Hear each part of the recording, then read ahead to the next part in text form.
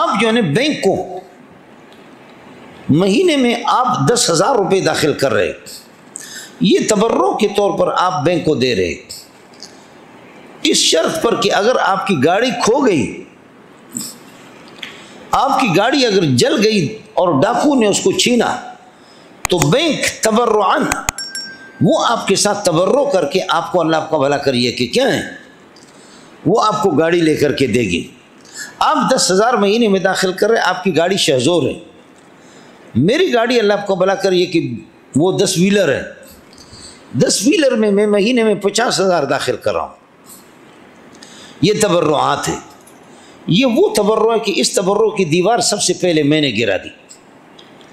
سمجھ رہی میں کہ نہیں؟ اور اس تبرع کو سب سے پہلے اس کا جنازہ میں نے نکالا، اور اس کو تباہ اور برباد کر کے آپ کی یہ قرب و جوار والوں نے جو بینکوں کے پیسے کھا رہے، اس زمانے میں عرب علماء کو بھی بلایا جاتا تھا، تو اس میں اشکال میرا یہ تھا کہ ان التبرع کلی لا یوجد الا فی ضمن جزئیاته، تبرع من حیث انه تبرع مبہم لا یوجد وجود الا فی ضمن کلیات، کلیات میں تبرع میں ہبہ ہے، تبرع کے اندر صدقہ بھی ہے، تبرع کے اندر عاریہ بھی ہے، وَلِكُلِّ مِنْهَا أَحْكَامٌ تُخَالِفُ أَحْكَامَ الْأُخْرَى، ہر ایک کے احکام الگ الگ ہیں۔ یہ کیسا تبرع ہے کہ جملے آپ نے یہ کہ پورے صفات کے صفات مکالا کیا ہے، چنانچہ ہمارے ساتھ وعدہ بھی ہو گیا کہ ہم اس کو جاری نہیں کریں گے، بینکوں کا یہ نظام نہیں ہوگا، لیکن تو مان نہ مان میں تیرا مہمان، بولو تو مان نہ مان میں تیرا مہمان۔ چنانچہ ان کے بعد ان کی کتابیں شائع بھی ہو گئی کہ انشورنس کی اجازت ہے، سمجھ رہی ہے کہ نہیں؟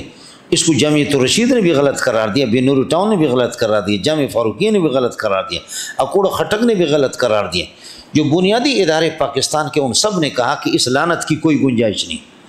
اور عرب علماء جو آئے تھے انہوں نے بھی کہا کہ نہ، آپ کے کسی بزرگ نے کہا کہ انت من انا لا اعرفک، میں نے کہا کہ پہلے اجلاس تھا، میں فاروقی کی طرف سے گیا، میں نے کہا مجھے جانے یا نہ جانے، لیکن ان تبرع من حیث انه تبرع انه کلی لا یوجد الا فی ضمن انواعه وجزئیاته، اور فکل نوع منها فلکل نوع منها احکام تخالف الاخر، ہر ایک کے احکام الگ الگ۔ تو شیخ عبد الفتاح ابو غدہ کے داماد تھے عبد الستار ابو غدہ، انہوں نے کہا کہ مولوی صاحب کا اعتراض صحیح ہے، اس اعتراض نے ہماری کمر کو توڑ دیا،